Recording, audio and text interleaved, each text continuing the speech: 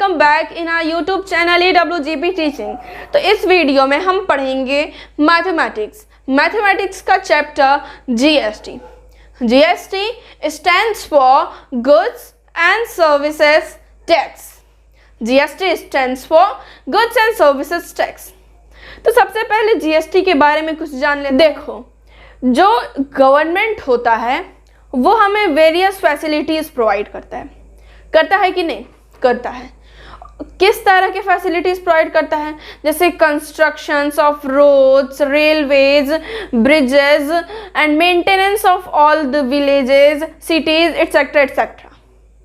तो ये जो मेंटेनेंस का खर्च है ये कहाँ से आएगा? ये जो हमारे द्वारा दिए गए टैक्स होते हैं उसी से गवर्नमेंट हमें पूरी सारी फैसिलिटी प्रोवाइड करता है। तो ये तो था हमारा टैक्स। समझ लिया हमने टैक्स की टैक्स हम क्यों देते हैं, जिससे गवर्नमेंट हमें फैसिलिटी प्रोवाइड कर सके। अब देख लिया जाए कि जो पहले क्या होता था कि 13 डिफरेंट इनडायरेक्ट टैक्सेस होते थे। मतलब खाने का अलग, घर का अलग अलग टैक्स देना पड़ता था। There are 13 various types of indirect taxes. तो GST आया, इन सभी 13 टैक्सेस को रिप्लेस कर दिया और रिप्लेस करके बस सिंगल टैक्स खुद बन गया जो कि है हमारा GST। अब सभी को केवल एक टैक्स देना पड़ता है जो कि है गुड्स एंड सर्विसेज टैक्स। तो ये था GST के बारे में। अभी CGST, SGST और IGST GST के टाइप्स हैं, ये पढ़ लेते हैं। GST, okay.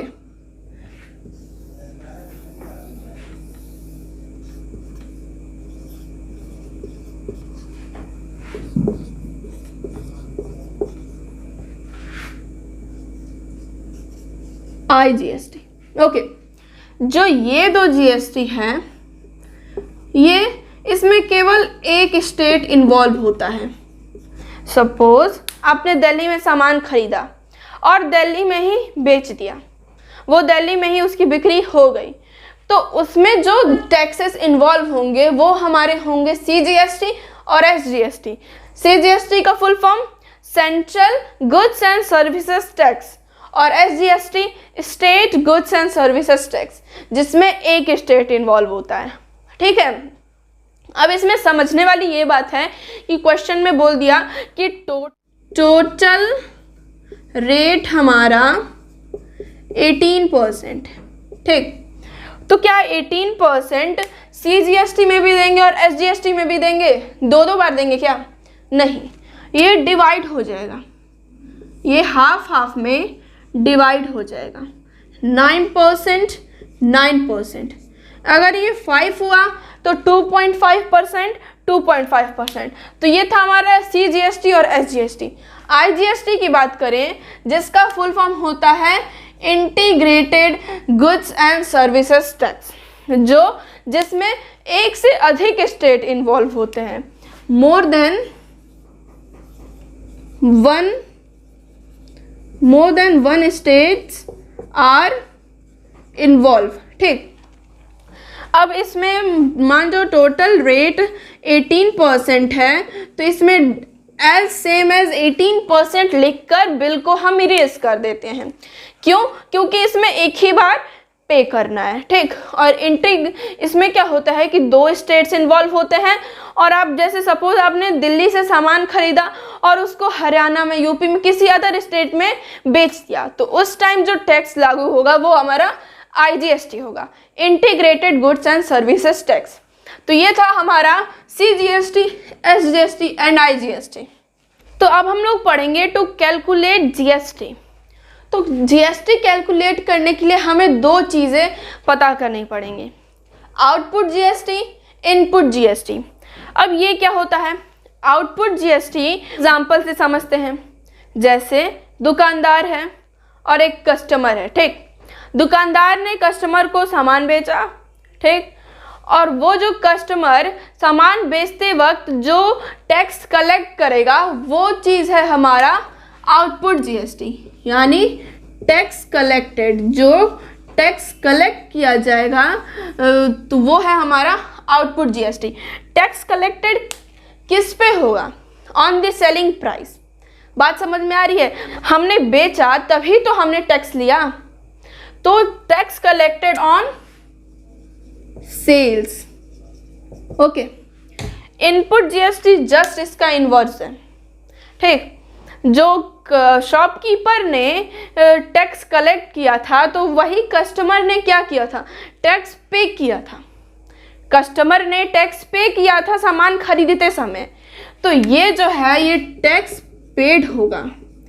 टैक्स पे किया जाएगा इसमें ऑन परचेज, खरीदते समय टैक्स पे किया जाएगा। ठीक, तो ये आउटपुट जीएसटी इनपुट जीएसटी का कॉन्सेप्ट क्लियर हुआ। आउटपुट जीएसटी वो चीज़ जो दुकानदार कस्टमर से कलेक्ट करेगा, और इनपुट जीएसटी वो चीज़ जो कस्टमर दुकानदार को पे करेगा। Tax collected, tax paid. तो ये था हमारा आउटपुट जीएसटी इनपुट जीएसटी। और ये जो आउटपुट जीएसटी है ये सेलिंग प्राइस पे कैलकुलेटेड किया जा रहा है, तो इसीलिए जो आउटपुट जीएसटी है it is calculated on selling price of the product. और जो इनपुट जीएसटी है ये कॉस्ट प्राइस पे, क्योंकि खरीदने के समय टैक्स पेड हो रहा है, तो it is calculated on cost price.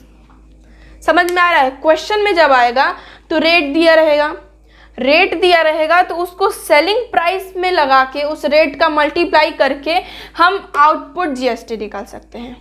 और उसी रेट का रेट डिफरेंट भी हो सकता है, कॉमन भी हो सकता है, ये आगे एग्जांपल में देखेंगे।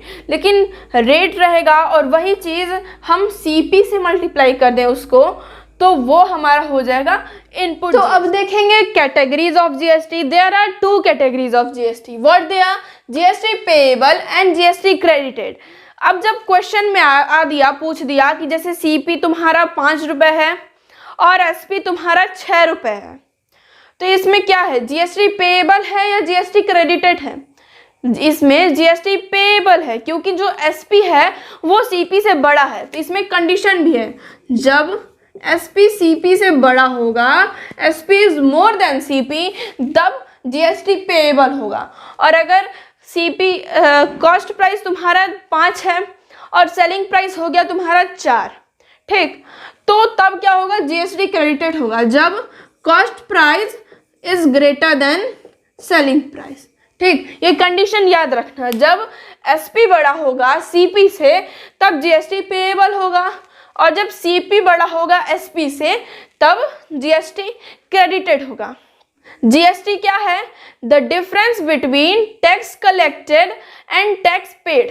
जो पिछला हमने जो अभी पहले पढ़ा था कि आउटपुट जीएसटी यानी टैक्स कलेक्टेड, इनपुट जीएसटी यानी टैक्स पेड, तो इन दोनों का डिफरेंस ही जीएसटी है। ठीक,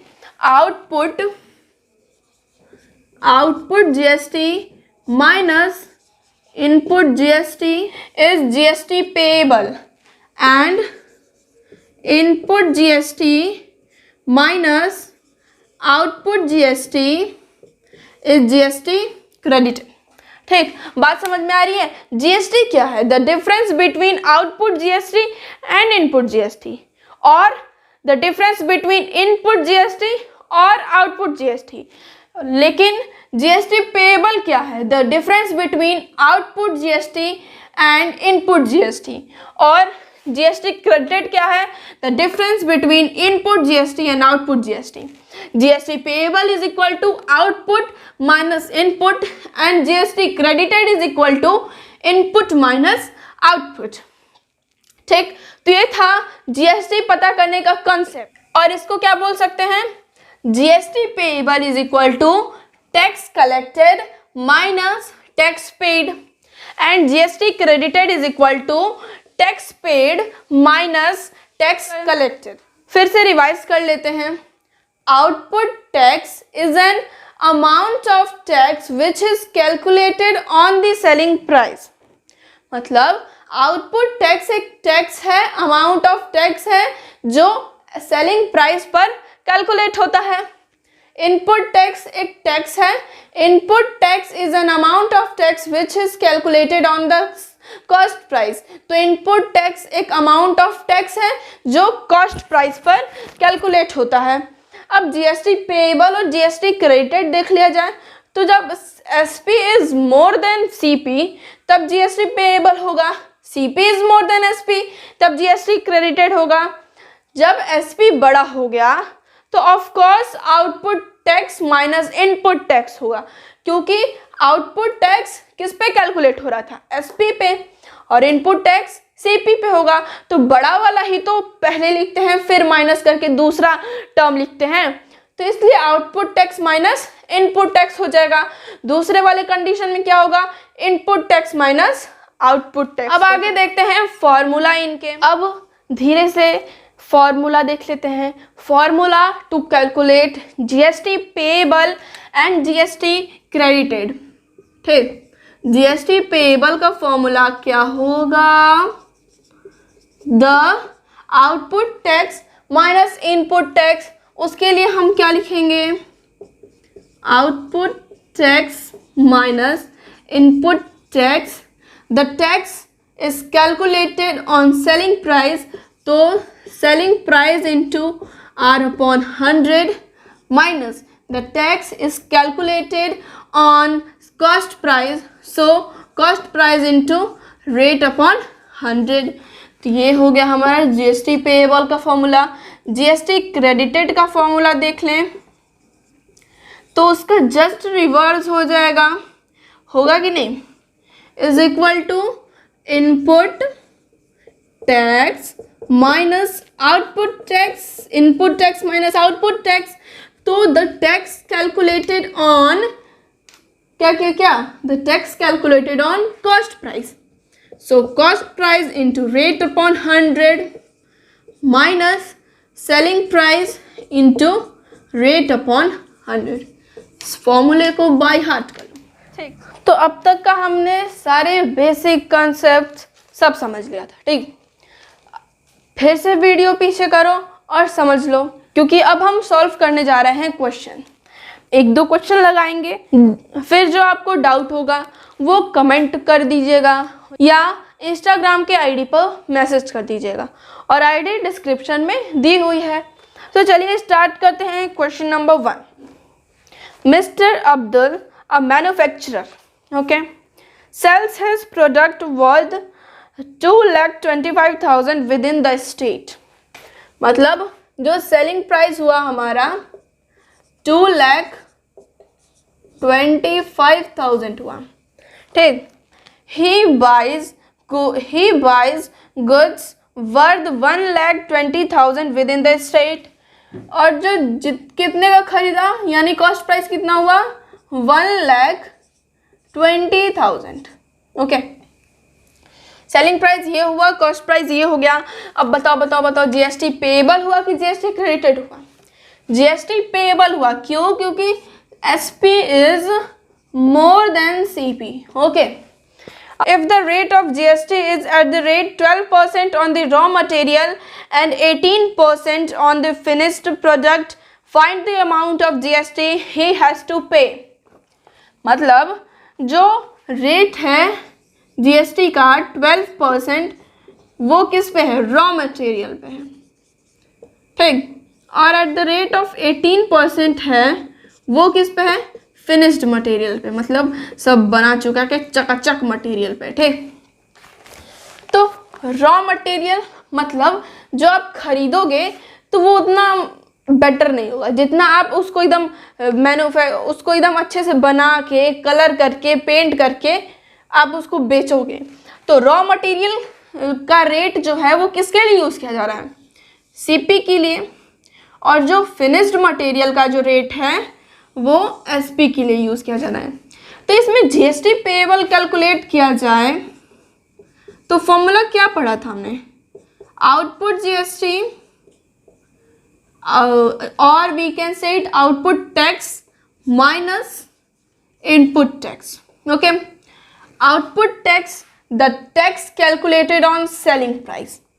तो क्या कैलकुलेट करेंगे हम लोग 2,25,000 इंटू इसका रेट कौन सा है 18%, 18% माइनस इनपुट टैक्स देखा जाए तो input tax CP calculated on CP, तो इसका रेट 12% है, तो 1,20,000 इंटू 12/100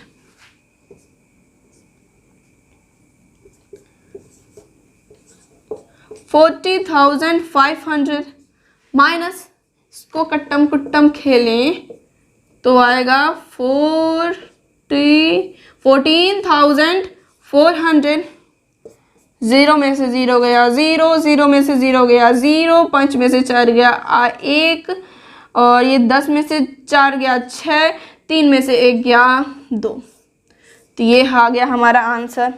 बात समझ में आई?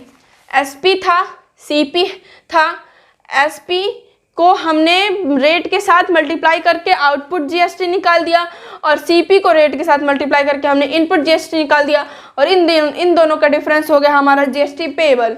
तो ये था हमारा पहला क्वेश्चन। अब दूसरा क्वेश्चन देख लेते हैं।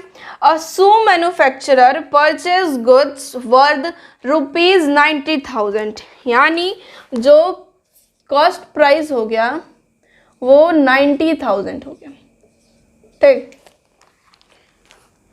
From the market within the state, he sells his product in the neighborhood market for ₹78,000, मतलब बेचा तो सेलिंग प्राइस हो गया 78,000, ठीक। If the common rate of GST is at the rate 18%, देखिए इस क्वेश्चन में क्या लिखा है कि जो इन दोनों का रेट है वो कॉमन है और वो क्या है 18%। आगे देखा जाए, फाइंड जीएसटी पेएबल और GST credit for the above transaction. अब इसमें तो हम बता नहीं पाएंगे कि ये जीएसटी पेएबल है कि जीएसटी क्रेडिटेड है ना, क्योंकि पहले तो हमने पढ़ा नहीं था। बताओ, कोशिश करो, देखो सीपी बड़ा है कि नहीं एसपी से, CP is greater than SP, तो इसमें क्या होगा जीएसटी क्रेडिटेड होगा कि नहीं, जीएसटी क्रेडिटेड होगा, जिसका फॉर्मूला क्या हमने पढ़ा था, input tax minus output tax. Okay, formula भी लिख देते हैं, CP into rate upon 100 minus SP into rate upon 100। इसको कॉमन ले लेते हैं, कॉमन लेके भी हो सकता है या ऐसे डायरेक्ट भी कर सकते हो, ठीक। डायरेक्ट करते हैं, सीपी क्या है हमारा 90,000 इंटू 18/100 माइनस एसपी 78,000 इंटू 18/100, 0 0 0 0 0 0 0 0, ठीक, कट गया। फिर इन दोनों का मल्टीप्लाई करें तो आएगा 16200 माइनस 14040, इन दोनों को माइनस करेंगे तो 0 में से 0 गया 0, 10 में से 4 गया 6, 1 में से 0 गया 1, और फिर बाद में 16 में से 14 गए 2, आ गया हमारा आंसर, ठीक। तो ये था हमारा जीएसटी का चैप्टर। अगर आपको डाउट है तो मैंने बताया कि कमेंट करो या इंस्टाग्राम पर पर्सनली मैसेज करो। तब तक के लिए बाय बाय, सी यू।